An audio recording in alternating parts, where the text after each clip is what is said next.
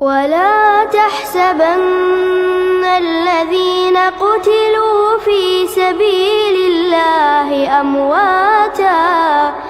بل أحياء عند ربهم يرزقون فرحين بما آتاهم الله من فضله ويستبشرون بالذين لم يلحقوا بهم من خلفهم ألا خوف عليهم ولا هم يحزنون يستبشرون بنعمة من الله وفضل